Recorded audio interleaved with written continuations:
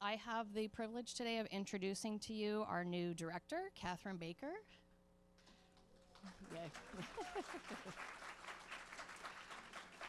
Catherine was just recently appointed in July to serve as the new UC Student and Policy Center director.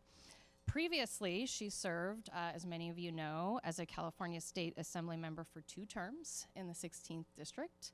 That's why I accidentally keep calling her Ms. Baker. I'm going to stop doing that. In the Assembly, Catherine was known for her strong record of bipartisanship and was a dedicated advocate for higher education. Her extensive experience in public service, particularly as the vice chair of the Assembly Higher Education Committee, has allowed her to champion educational quality, affordability, and accessibility. 3 things that are very important to the UC community.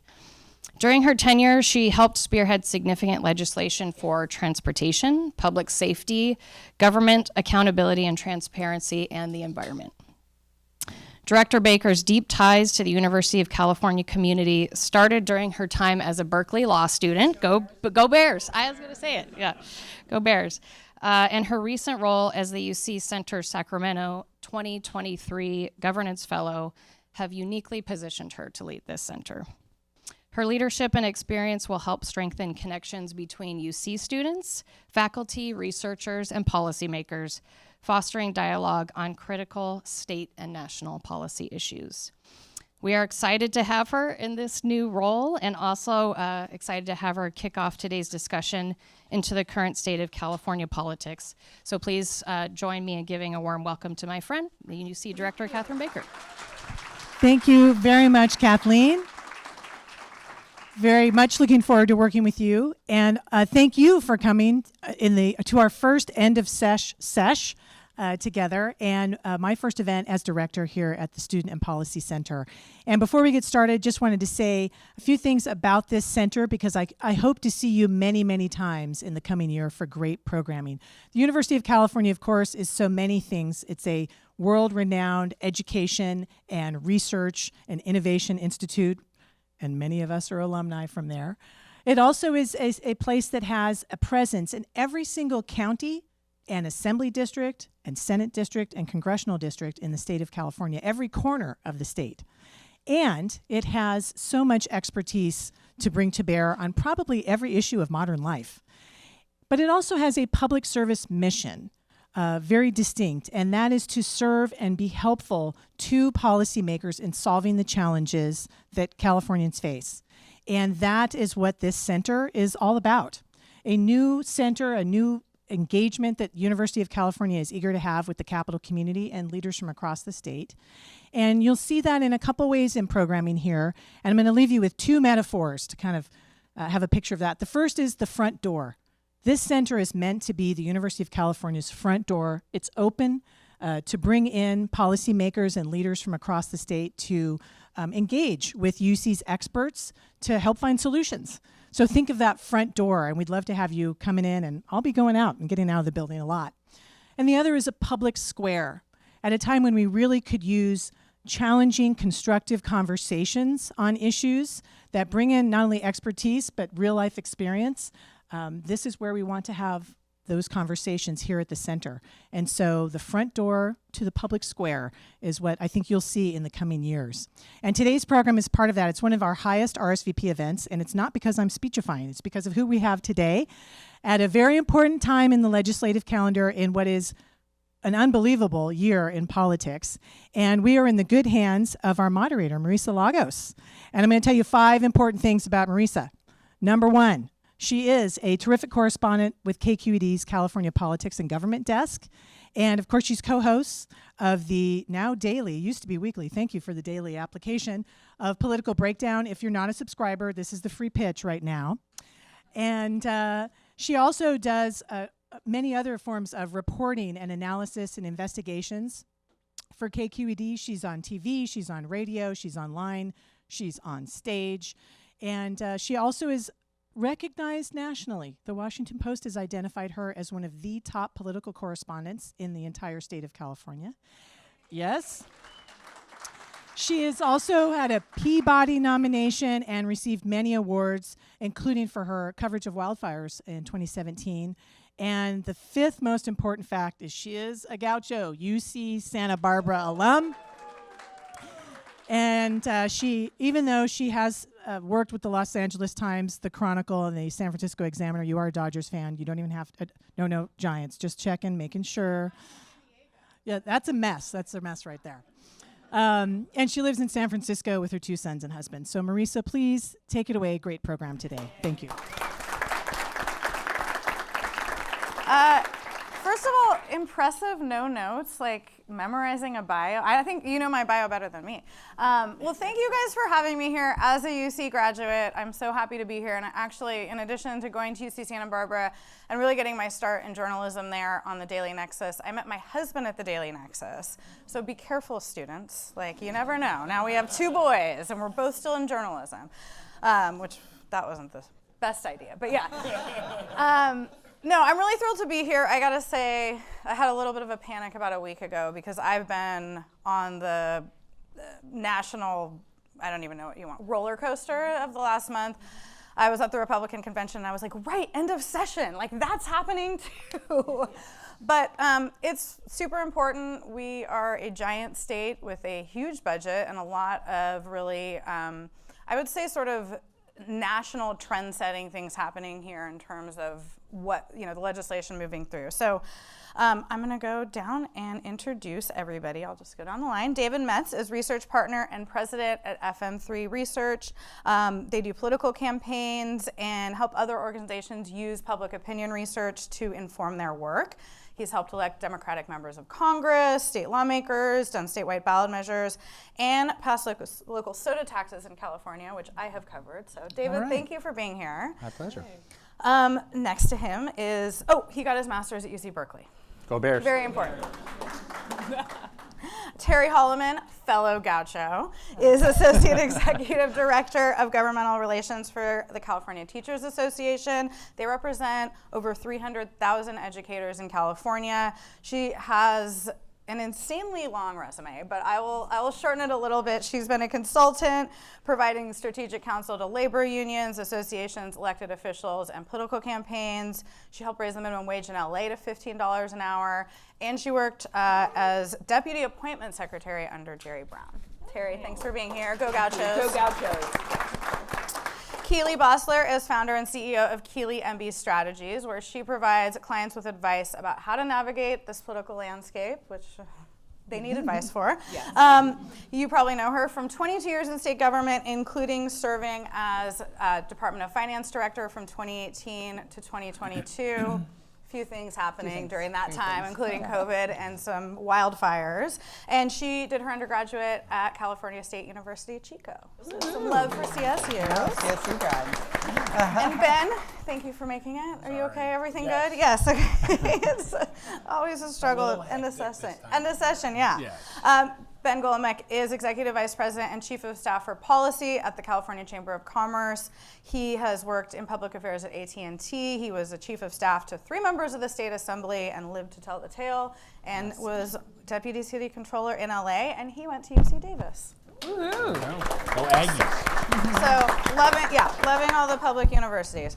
Ben, I'll start with you since I ended with you. Since I was late. Yeah, no. You know, it's the end of session. I think by one count, there's like 1,300 bills, or at least there were a week ago. We have the suspense file coming up this week, so we'll know more. But big picture, are there a couple bills or issues like you're really watching at the chamber? Yeah. First off, thank you for having us, and thank you to Donna and obviously the whole team here, Baker, for having us. There are a couple things I'm sort of watching here at the end of session. One, I'll certainly say from our standpoint, AI is probably the big topic that's still sort of hanging out there. Right, speaking of national trend setting. Yes, exactly. I think we started the year with just under 60 AI bills that got introduced here in California. I had 51 in the office pool, so I lost, unfortunately. But we're down to about 40 to 43, still sort of hanging out there, and a lot of the big ones. I think obviously Senator Wiener's SB 1047, Assemblymember Bauer Cahan's got a couple of big ones as well. that we're sort of watching. Would you say the Scott Wiener bill is the most controversial? I'd say it's probably the most controversial, though it's interesting. We just tell people kind of briefly what I it is. understand. Yeah, I'd say. Oh, you want me to? Yeah. Yeah. So it basically helps to sort of govern. And if you ask me any questions deeper than what I'm about to tell you, Yeah. we'll refer you Same. That's why I threw this to you. to Ro on my team. But essentially, it governs how it sets up a whole new governance structure for sort of setting up AI and large language models, which are basically sort of the underpinnings of all of the AI systems that are getting developed today. So it sets up a new expensive state agency, had to put that plug in here, but then also sets up all sorts of various, there's like a kill switch set up in there, and there's a whole bunch of different stuff. And it's actually pretty interesting. You've seen a number of members of Congress even who have been, I would say, maybe not the leading critics of tech, but certainly sort of outspoken in terms of criticizing a number of tech companies, have actually come out recently and been like, this goes too far. You saw Ro Khanna today, you saw Zoe Lofgren a couple of days ago. Yeah, again, these are not like, considered like the most moderate members of Congress by any means. So I think it's really, folks are very concerned, and this is why it's been sort of the hottest topic here, because it has, there's a real chilling effect that the small AI community is sort of speaking up and being like, hey, we're really concerned that this would actually sort of prevent us from, you're asking us to do things before we even build our AI models. So I could go Scott longer Wiener's than never that. met a controversy he doesn't No, like. So, he loves to be in the mix at the end of session. So, but the AI, I just That's sort kind of of the writ big- large, but I would actually, and this is the one thing I wanted to say, which was, I was talking with a longtime assembly member today, actually, and I said, hey, are you going to the DNC next week? And they said, yeah. And they said, this end of session, like, a lot of the big things got taken care of in June. yeah, we'll And, get to that. like, Yeah. we're gonna fight about stuff because we all need to fight about stuff. Right. That's what we get paid to do. They'll Honestly, all wait until the last minute. Yes. Lawmakers are kind of like college students. They procrastinate until the Yes. very last second. yes. Um, So, anyways, we'll get Yeah, a little more. deadline-driven. Yes. Yeah, Optimistic. like journalists as well. Well, Terry, not to pit you against Ben, but as labor's that. rep here, what is CTA watching? I mean, do you guys have a lot of priorities given? I mean, the budget is such a huge part of all of this, but are there any specific bills or kind of policy areas that you and allies in labor are concerned about right now? Sure. So again, thank you for having us, Ms. Baker. Thank you, and Donna, as always, thank you. The budget was the biggest thing this year. As I was kind of thinking about this, I was like, everything else feels like it pales in comparison.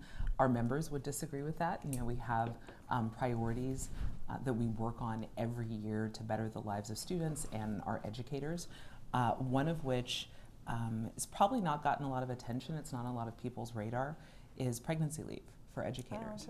That's huge for teachers. It would probably surprise folks to know that teachers, educators don't get automatic pregnancy leave. So we actually have teachers who coordinate their pregnancies based on the school calendar, so they can have time off in the summer to have a kid.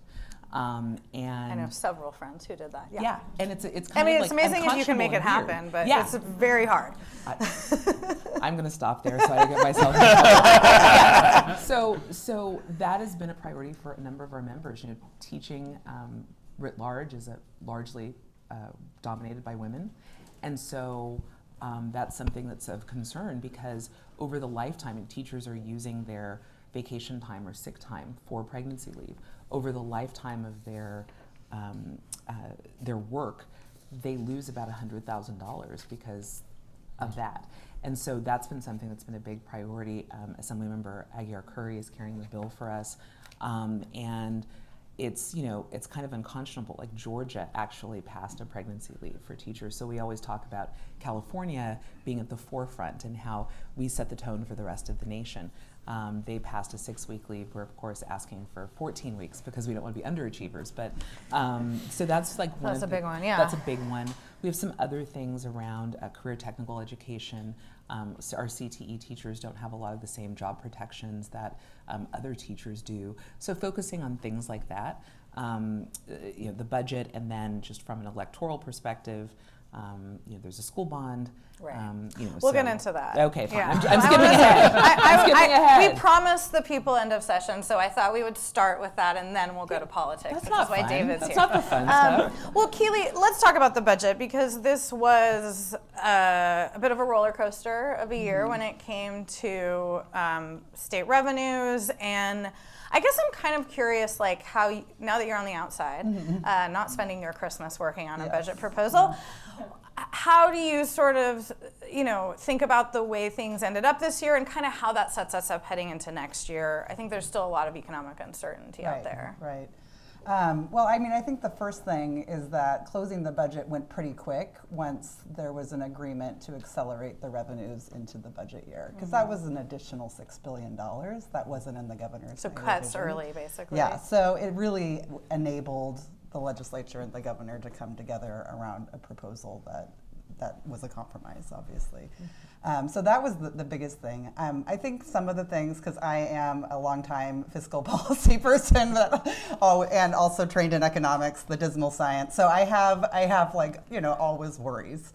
And when I look at the multi-year, I still see multi-billion-dollar deficits in the out years. Of course, they spent a lot of time solving for this year to be balanced as well as next year. But none of it assumes any kind of slowdown in the economy.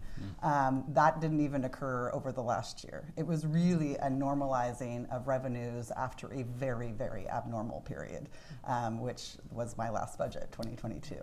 And so, that worries me because this budget did use some of the tools that we have for resiliency, the rainy day fund, the use of shedding some one-time expenditures that could be flipped to bonds or just reduced. And so a lot of those tools, there's still more left. They did special fund borrowing, they did the payroll deferral. So those are just all things that we would call capacity to manage through the ups and downs of the state's revenues. So I think that a lot of hard work was done. I don't want to diminish that at all, but there's still things to be worried about in the future, especially if the economy takes a turn. Yeah. There isn't anything right now in the tea leaves. In fact, hopefully interest rates will be coming down, and that's going to provide even more buoyancy to the economy, but you never know, and economists never know and really don't predict very well when these things happen. Yeah. So. It's been a wild ride since, I got up here during the end of Schwarzenegger's term, so the budget process has changed entirely. We do not have to spend hours at night outside the bacteria bear waiting for the big five. David, I wonder, since a lot of your job is sort of trying to gauge how the public is looking at this stuff, how worried do you think people are about things like AI? Like, how much of the things we're talking about here in Sacramento are actually on the minds of average Californians? I think every single thing that all three of my co-panelists mentioned here is a major concern for California voters. People talk about AI affecting their lives in all kinds of ways.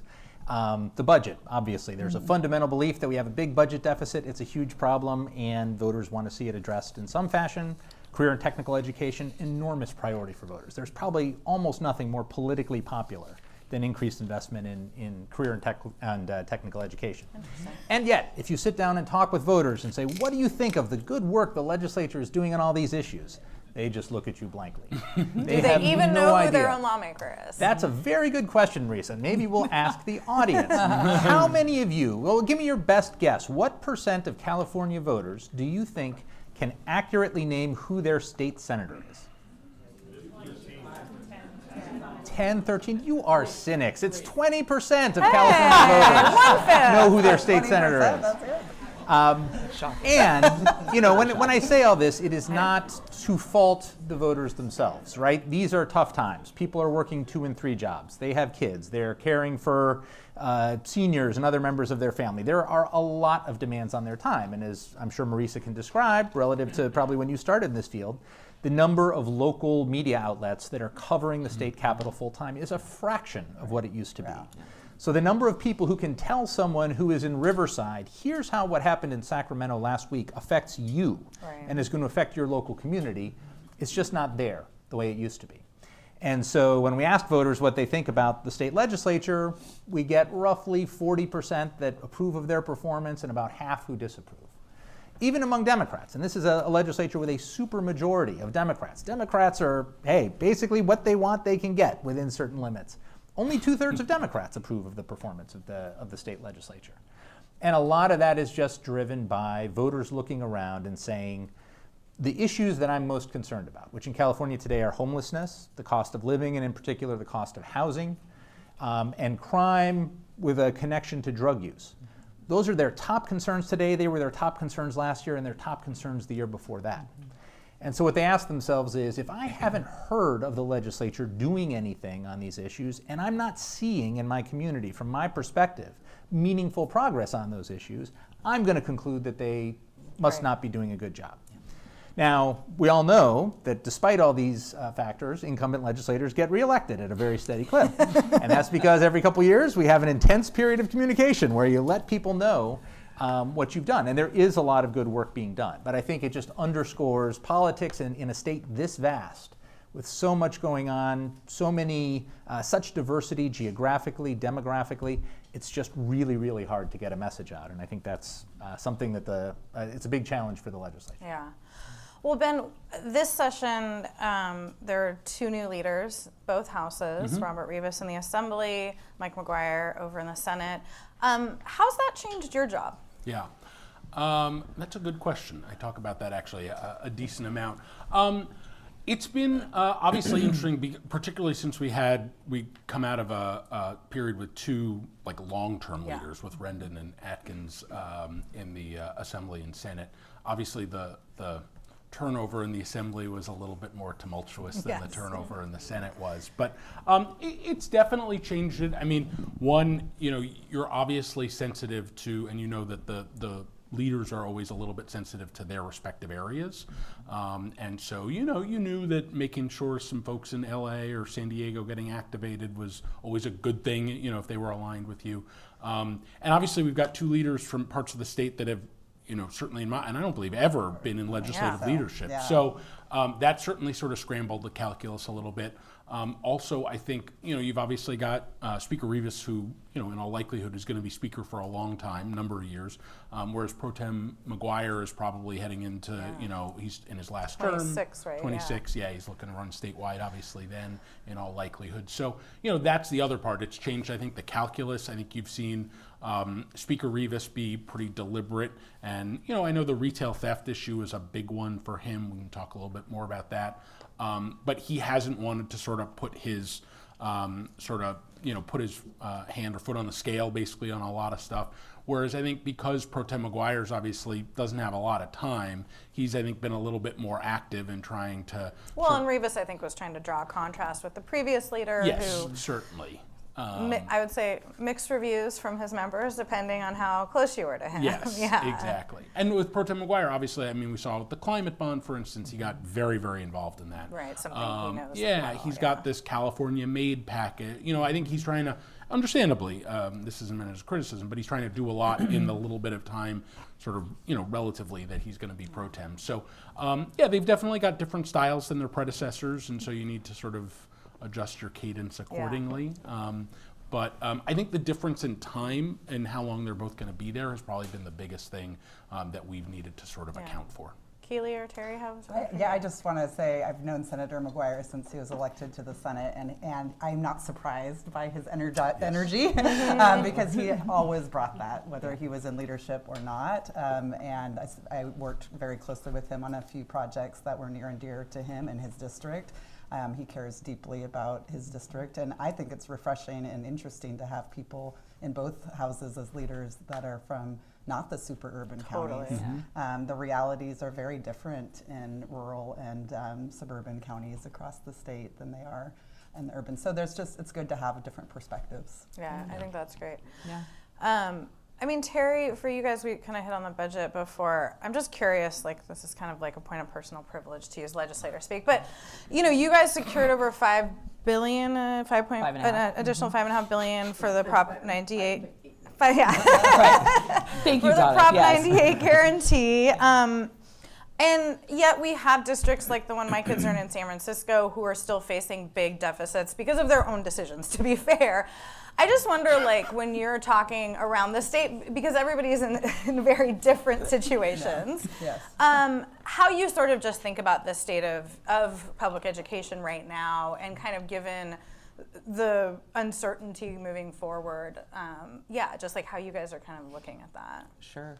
So, this year, as Keely kind of gave her expert analysis of what the state of the budget was, we started last year, probably November, roughly, November, starting to look at what the deficit was going to look like, what the implications are for California classrooms, for students, for teachers. I was thinking about kind of 5 words like to describe this year, and this will mean the most to Keely of anybody, but my 5 words were thank God for Karen Getman.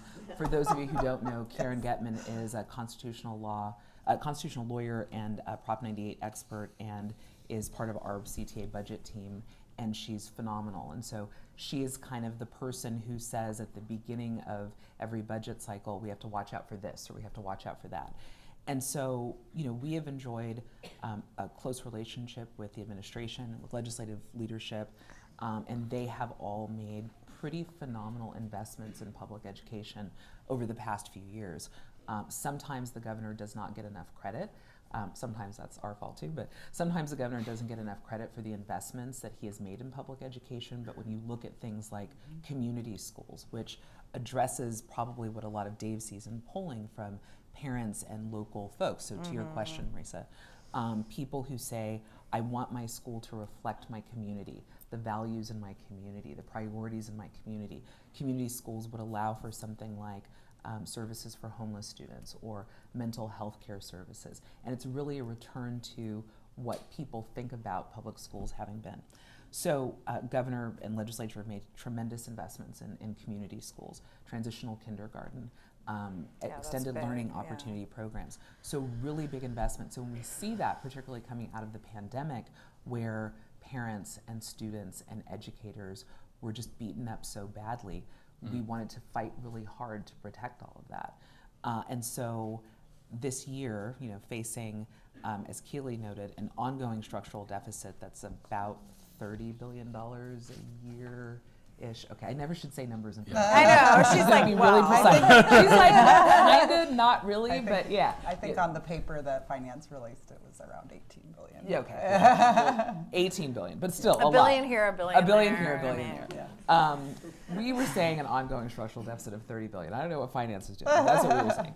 And having to look at what that meant for all of these investments in public education was really tough, because one of the things that we saw during the pandemic was the inequity, right?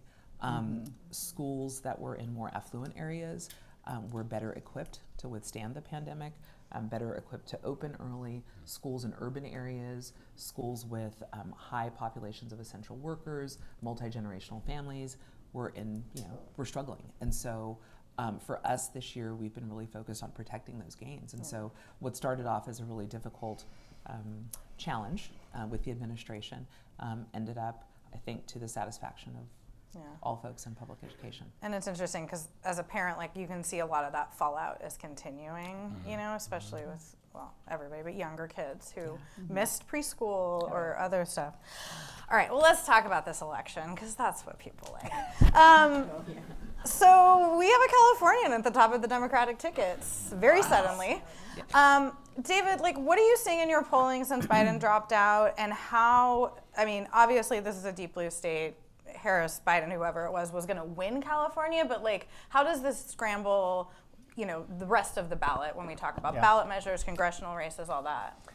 Well, first of all, just for full disclosure, so I'm a Democratic pollster, so I'm on that side of the aisle, and those are the candidates I work for. And it was a pretty grim summer.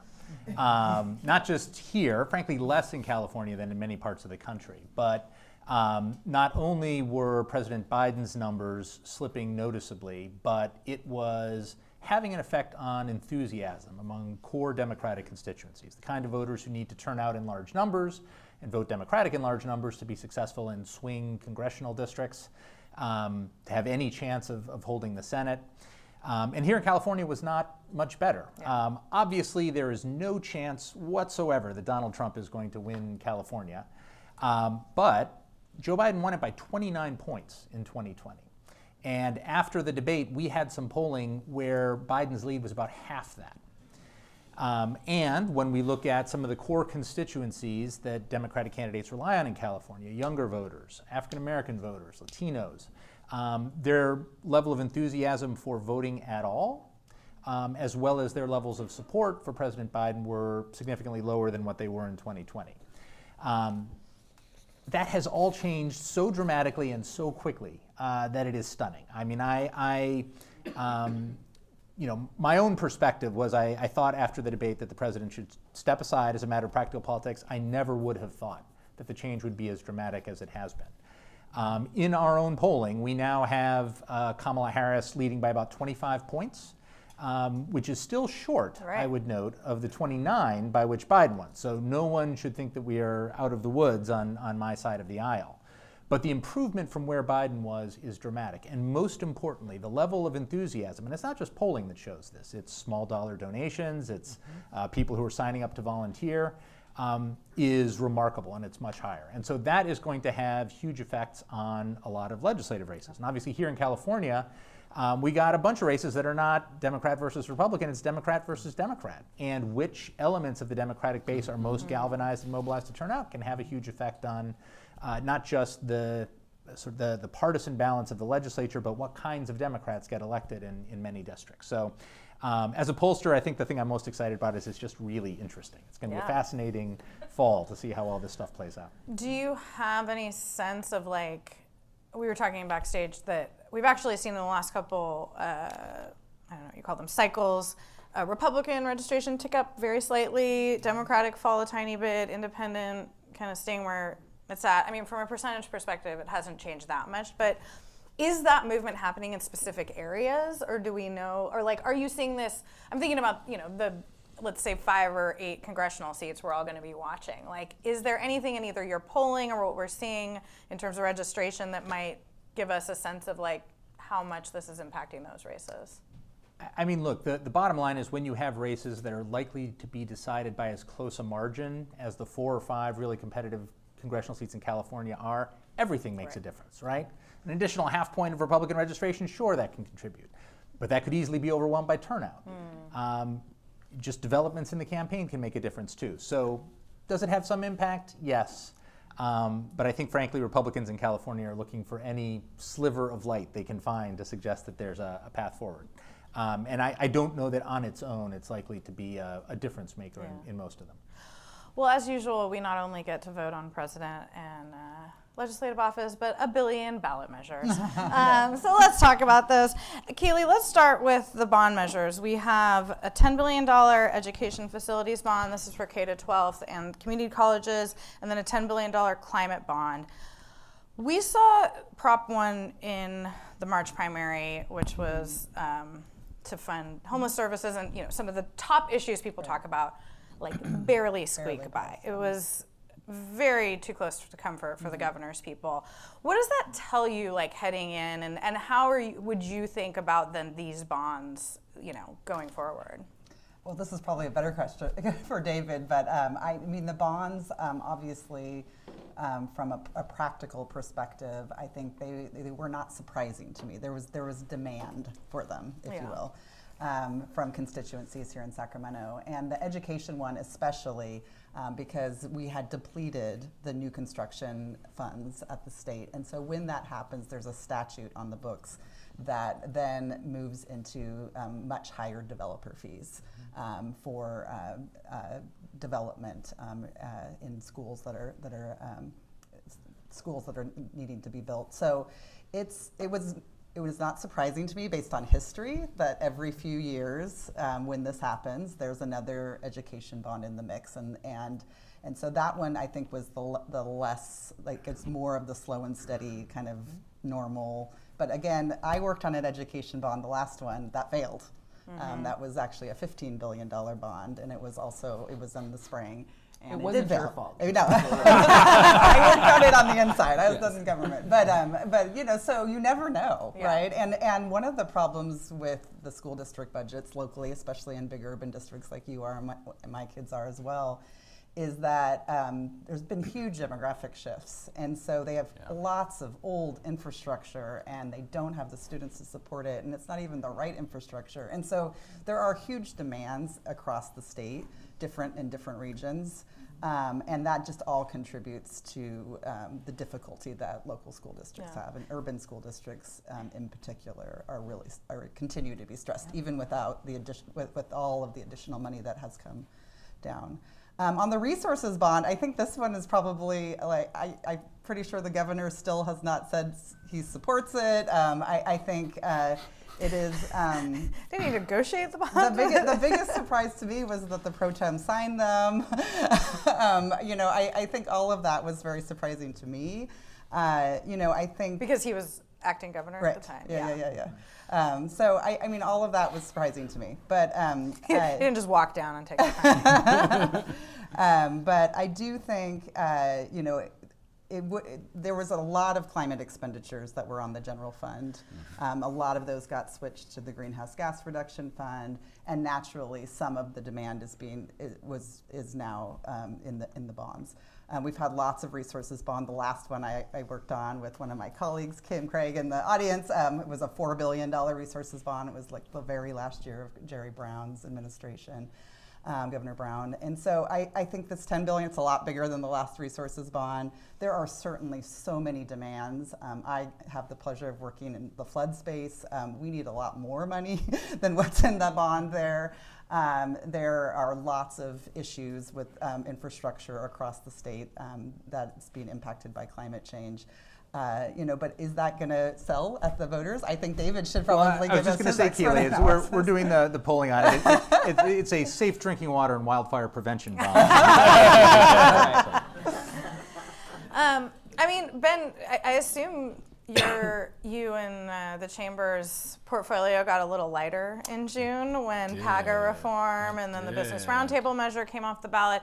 But since I already made you explain AI, I would like now you explain PAGA now. Ashley, come on up. No, you don't have to go too deep, Okay, but explain to folks what, yes. this was a big priority for business. I mean, I remember talking to your president last year, and I didn't even know what she was talking about, and then I Googled it, and yeah, exactly. I would be remiss if I didn't give a big shout out. Ashley Hoffman on our team back there. She and Jen, our CEO, did a masterful job negotiating the entire PAGA reform package. So and hopefully she got a vacation after that or something. Probably not. Well, we got one coming in the fall. Okay. So we got one coming in the fall with a raise. Yeah, we're working on it. Don't worry. So long story short, there was a ballot initiative, PAGA, the Private Attorney General Act here in California. It's a California-only, essentially class action lawsuit. No other state or country has this on the books. And the very short version is basically an employee can sue an employer if there was, if they, claim that they were wronged in some way, their wages were withheld or something. We've often seen very minor ticky-tack violations, like the zip code was only the 5 digits, not the full 9 digits. And they could sue then on behalf of their fellow employees, even if the fellow employees don't know that they're party to the lawsuit, even if they haven't shown that they've actually suffered some type of wrong in any way. And so we would basically see these trial lawyers go around and basically sue vulnerable companies, generally small and mid-sized companies, basically hoping for a settlement. because they knew it was too expensive for them to go fight it in court, even if they knew that they hadn't done anything wrong. Ashley actually had a claim when she was an attorney once. I think it was an $87 claim. The worker had been, there was a mistake on the paycheck. They had withheld $87 that they shouldn't have, but then they sued on behalf of basically everybody in the company, and they had to settle for over $600,000. And there was this type of abuse going on in the system. And so we, with a coalition of business leaders, we qualified an initiative. But a couple of months sort of before the deadline in late June. Was the hope initially that would legislature we to act? certainly, we were very transparent that, look, we thought that we were not looking to, totally get rid of employees' rights to be able to sort of say, hey, I've been wronged. We were not looking, we still wanted employees to have a voice, but we were certainly open to a negotiation. I think we all know that ballot initiatives are expensive, they're risky, and we knew that the top of the ticket, though we didn't know obviously what was about to happen, but we knew that there was going to be a lot of stuff in flux at the top of the ticket, and how that plays out for ballot initiatives, down ballot races is a big risk. And so we were certainly open if there was a reasonable deal where we could get most of our objectives done. And fortunately, we were able to sort of set a table and sit down and negotiate with the Labor Federation and other sort of key labor partners and get to a deal. And so with that, we took the initiative off the ballot, and and it was among— You're all welcome. Yes. One less thing for you to learn about this fall. And it was one of many things, obviously, that came off the ballot there at the end of June, which I think is really reshaping, a lot of things, both the other ballot initiatives, but also funding for legislative races, for instance. That's really reshaping the November ballot. Do you see your group and other business groups having to invest and be as big of players in this election as you might have been, or is the focus just shifting to other measures? Yeah, I think it'll be a mix. I obviously can't speak for other organizations, but I think it's probably a pretty fair bet that there will be money going to some of the other measures on the ballot. I think you're looking at retail theft, minimum wage, rent control, from our perspective, certainly. But then, it definitely— rent control. It definitely frees up more money to be spent on legislative races, and I think Terry is probably making the same calculus as well right now, and we're probably looking at the same races. But a number, particularly in the DD races, where we agree on as well. And so one or two. Yeah. There's definitely more money then to be spent on the other initiatives, but also more money, let's be honest, going to the legislative races. All right. The PAGA deal is just a huge deal. It really is. It's been discussed for at least a half a dozen years, probably longer than that, and it's just really exciting to see that kind of bipartisanship. And it was a unanimous vote, which was really nice. And we actually made Jen, our CEO, originally started as our labor lobby. She actually lobbied me on it like 14 years ago when I was a staffer. So it sort of comes full circle. She must be relieved. She is. It was a very big deal. Jen and Ashley deserve a vacation. Here. Okay, before we open it up to audience questions, which we're just going to do in a minute, retail theft has come up several times. I've been covering this issue for a decade. My own editorial comment is, it's very interesting. So if folks haven't been following this closely, there was a ballot measure largely sponsored by the district attorneys that would roll back some of the provisions of Prop 47, make it easier to charge felonies and some theft and drug possession and drug use cases. You mentioned that this is such a big issue for voters, and I'm just sort of looking at this and all the fights and going, God, if they had done this a year ago, all the stuff that's being passed right now, we may not have Prop 36, but we do. Dave, what is your polling showing? Like, what do you think about this? It's something that I think, there's been a big split in the Democratic Party over, and I think a lot of sort of movement in terms of like how to handle this issue, and a lot of disagreement among Democrats. Yeah, and it's a tough issue, I think, for Democrats because it's a tough issue for California voters. They themselves have divided feelings on a lot of elements of this.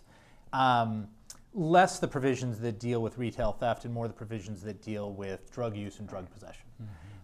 Californians are very concerned and strongly opposed to drug sales and public drug use.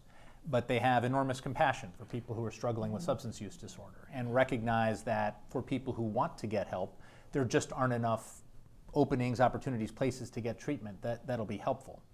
And so they're sort of struggling between those two instincts. But when you're staring at a nail, everything looks like a hammer. And so Prop 36 is the thing that is going to be there, that's sort of the solution that presents itself to them. I do think of the measures that have made it through to the ballot, that is likely to be the one that inspires the most substantive policy debate and division. More money will probably be spent on Prop 33, on rent control, and maybe one or two of the others. But that's the one that I suspect is going to be. We could do a whole hour on 33 and 34 and that backstory, but yeah, we won't today. But is it because of these divisions and because of the fact that it's not, like a Republican versus Democrat issue, is that going to be, do you think, a factor in some of these leg and congressional races? Like, how are you voting on this? I mean, like, I think we're all curious in the media, like, how's Kamala Harris going to vote on it? Yeah. I'm sure she'll be calling me right away to tell me. Yeah. I mean, the rule of thumb in politics is you want to focus on issues that unite your base and divide your opponents. And so you look at. So it's easy for Republicans on this one. That's right. That's right. And so you look at, for example, I'm working for Jessica Morse, who's running for Congress against Kevin Kiley, and Kiley has been a big champion of Prop 36 because he sees this dynamic. And so there's a lot of Republicans who are taking that position, and I think Democrats, it's going to vary by district, and obviously also just vary based on the substance of what each individual candidate thinks is the right thing to do. But yes, there's no question that it is a more complex position for a Democrat to take than for a Republican. It's going to be fascinating. Well, you saw a whole bunch of moderate Democrats come out yesterday, actually, in support from both Assembly and Senate mods, sort of come out in support of it. And of the retail theft package, or yeah. Prop 36? Prop 36. Prop 36 specifically. Yeah, and then a bunch of Democratic mayors, which I think is fascinating, seeing people like London Breed and Matt Mahan in San Jose. Yeah.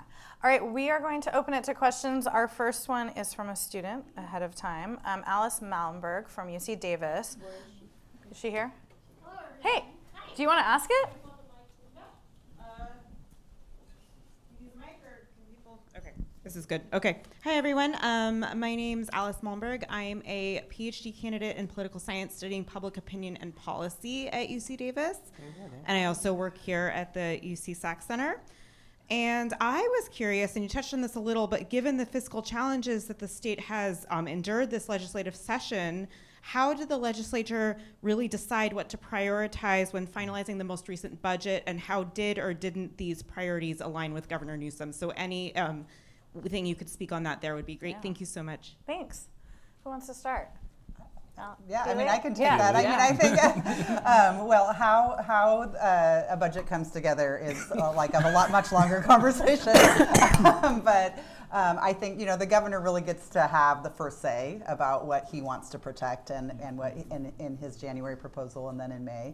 And really the contours of the final deal were very much in line with that. But there were some big differences, and, and that really, that came out at the end because, again, of that acceleration of the short-term taxes allowed for some restorations that were important to the legislature.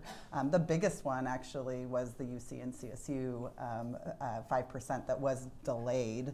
It was not cut in the governor's budget, but it was not going to be allocated in the budget year. And that has huge implications because there's just more risk when it's in the future.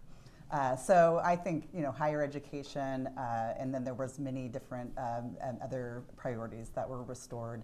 All of things that were things that the governor supported as well. It was just a difference in the structure of the budget that really was solved by the acceleration of taxes. But in terms of priorities, it's really illustrative to go back to 2009 and 2010 budgets to think about priorities because those were years that really, I think, it just really made me realize how harsh the priority setting can get in budgets, and that's the kind of thing as finance director I was always trying to avoid ever going back there. And so Some may say, oh, you don't want to do these big things. It's like, no, we just want to stay steady and do what we can afford based on the revenues. And so back then, I will say, education is always in its special category because it affects so many million people. And then, it does have a constitutional protection, which is not enjoyed by many others. Other parts of the budget, health and human services, the healthcare budget has grown significantly because we're providing a lot more healthcare since the Affordable Care Act passed. That's a very rigid part of the budget. Mm-hmm. It's not really easy to change those expenditures. You really have three stools: rates, services, and eligibility. And we now have basically all low-income Californians are eligible for healthcare in California. And so those are things that are, again, very, very challenging and difficult to change. We know that because in the Great Recession, we tried to change many of those things, and many of them, we were told by the courts, you cannot do that. Yeah. And there's also like all the complications of federal funds and the expectations there. So then it's like social services programs, like welfare, SSI, SSP that supports our most vulnerable Californians that are completely dependent on public income. Those are also somewhat protected, but more vulnerable than I would say some of the other expenditures. And then, of course, higher education, which we're here. It's one of the areas of the budget that, of course, nobody comes to Sacramento to cut higher education. It's the pride and joy of what we have here in California. But it also is something that doesn't have as many of these encumbrances like the Constitution, et cetera. And of course, local governments. I see Carolyn in the front row. That historically has been an area where the legislature and governors have reduced. There's been more and more protections in the Constitution placed on those revenues since those times. But so every year, it's one of the things I loved working on budget for the last 20 years is that puzzle of putting it together, but it is a massive priority setting every year, and it really depends on the leadership in both houses and the governor, who really are the ones that are shaping it with a lot of constraints underneath. So, we did see I don't know, I don't want to cast aspersions here, but I felt like when I saw the budget doc this year, I was like, oh, are we back to some gimmicks? Felt a little bit, but it did seem like some of that stuff of moving around money, it's not where we were, say, in 2009, right? No, not at all. Not at all. It's definitely, and part of that is because of all the reforms, right? That you have a rainy day fund, you have a majority vote, so it's not dragging into the summer. Nobody has to get their checks at the credit union when the IOU they can't pay the legislative staff. Yeah. I think that's been a good thing for the building. Yeah. The legislative staff just getting paid. Come on, guys. Do we have more questions? Yeah. We have a mic coming to you.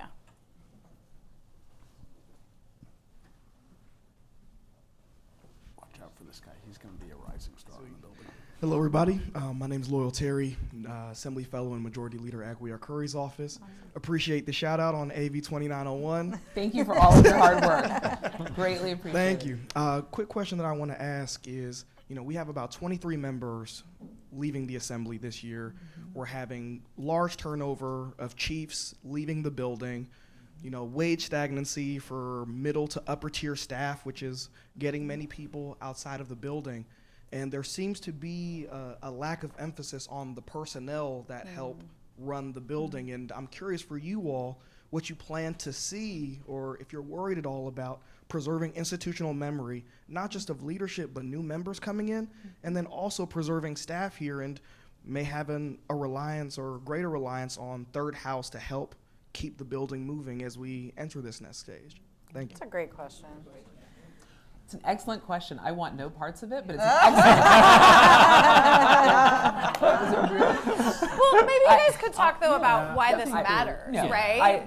I would say, in all seriousness, thank you for that question. It's a really, really excellent question. I think my husband is a partner in a lobbying firm, started his career as a Senate fellow many years ago.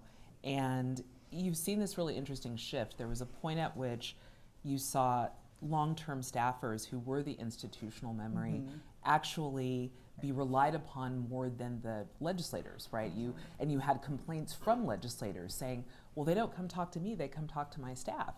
And you've seen a shift of that now, to your point, where people aren't around as long. Right. You know, when you used to have people who were there for like 20 years or 22 years, and people, you know, I think for their own purposes, right? This is a tough job. I think people don't give. I was not a Capitol staffer. I was a district staffer in Los Angeles, and people don't really know what it's like to be an at-will employee, to be at the whim of a legislator, and you know, because of a lot of different things between Me Too and, you know, consciousness around how to treat people.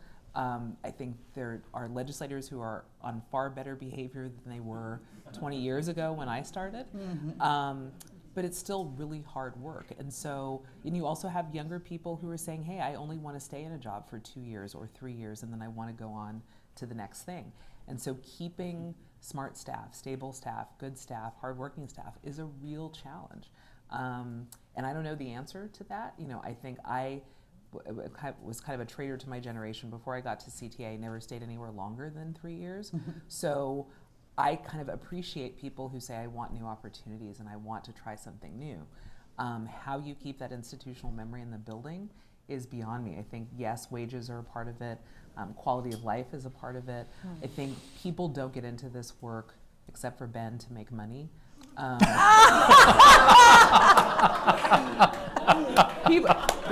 was poor for a really long time when he was in Los Angeles. You are about to hear some stories, Terry.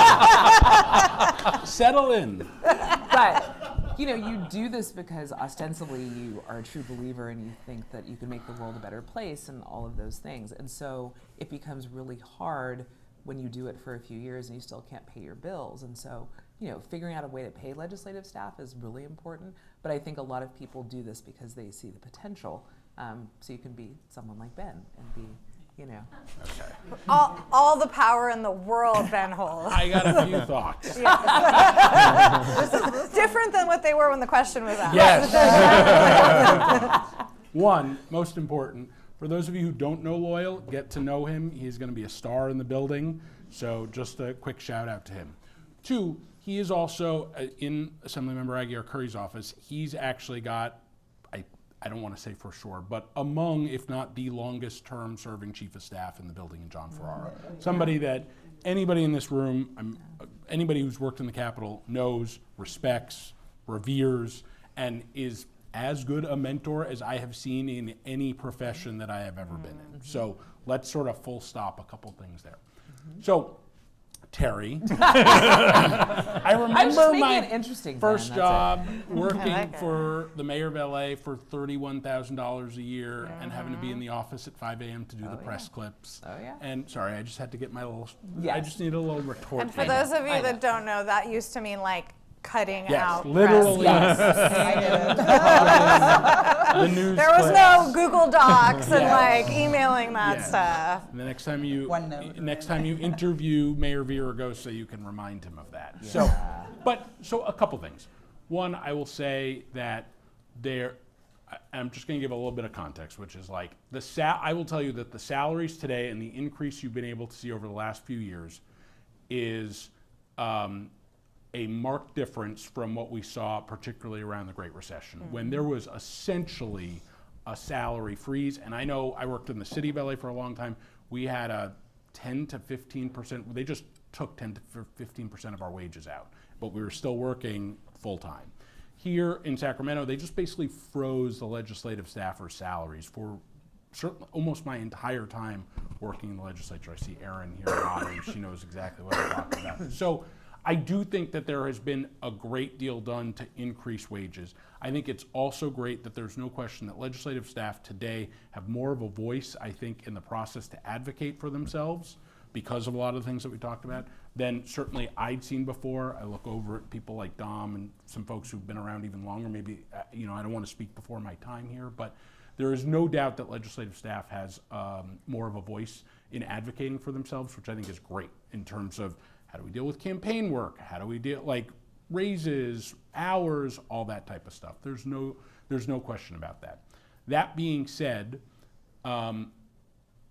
the thing, I just heard today a really talented young staffer in the building, and they were like, oh, I'm going to go outside and work at a lobbying firm. And they're a ledge aide in a Senate office. And I wished them luck, and I said, great, and happy for them, and let me know what I could do to help. But inside I was like, no, like stay a couple of more years. Go become a ledge director. Learn what it's like to manage some people. Learn what it's like to help manage a bill package. Learn what it's like to manage a budget as well as either an LD or a chief of staff or a district director or something like that.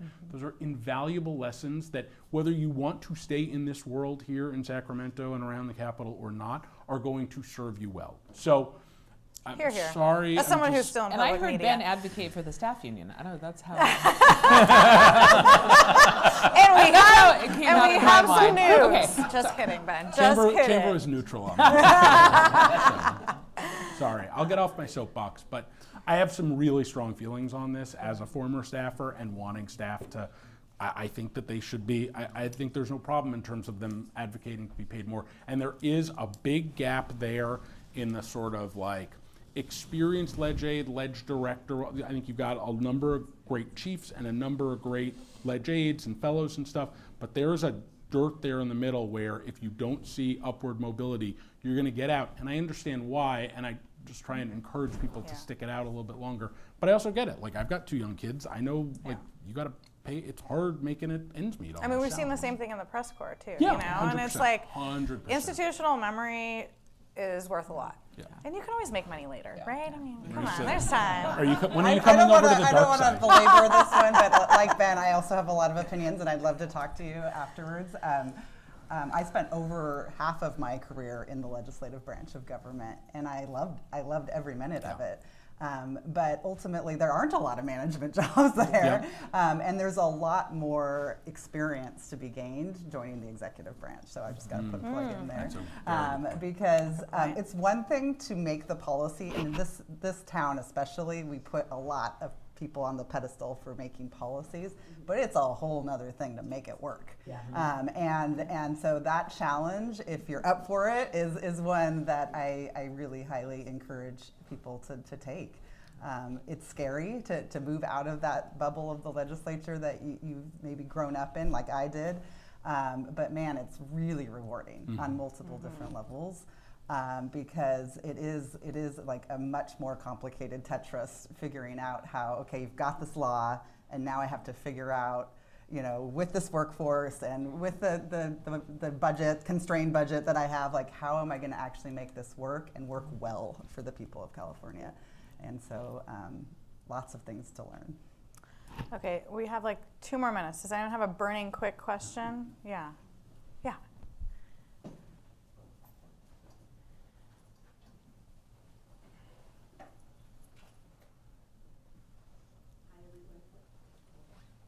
Okay, it's on now. Hi, everyone. Symphony Barbie with Planned Parenthood Affiliates of California. And I wanted to talk about the elephant in the room of suspense. We didn't really get to talk about it. It's a public process until it isn't. I just wanted to know what y'all's thoughts are on what happens in those conversations that happen before suspense day. Can you walk us through what happens in those conversations and what a staffer could expect before a suspense hearing?